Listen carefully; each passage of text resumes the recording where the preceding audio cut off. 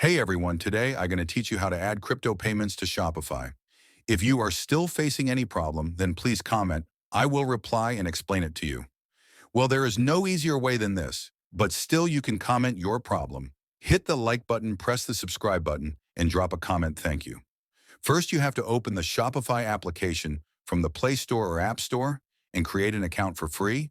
After that, you will be redirected here. Now you have to click on three dot and in the bottom last option, and then find the option named Settings, and then click on it. After clicking on Settings, you have to find Payments option and click on it. And then you will see an Add Payment Methods option. You have to click on it after that, go to the search, and then type the cryptocurrency you want to be add, and then click on it. And are done. This is the easiest way ever of how to add crypto payments to Shopify. Hope you guys have understood. If you are still facing any problem, then please comment. I will reply and explain it to you. Well, there is no easier way than this, but still you can comment your problem. Hit the like button, press the subscribe button, and drop a comment thank you.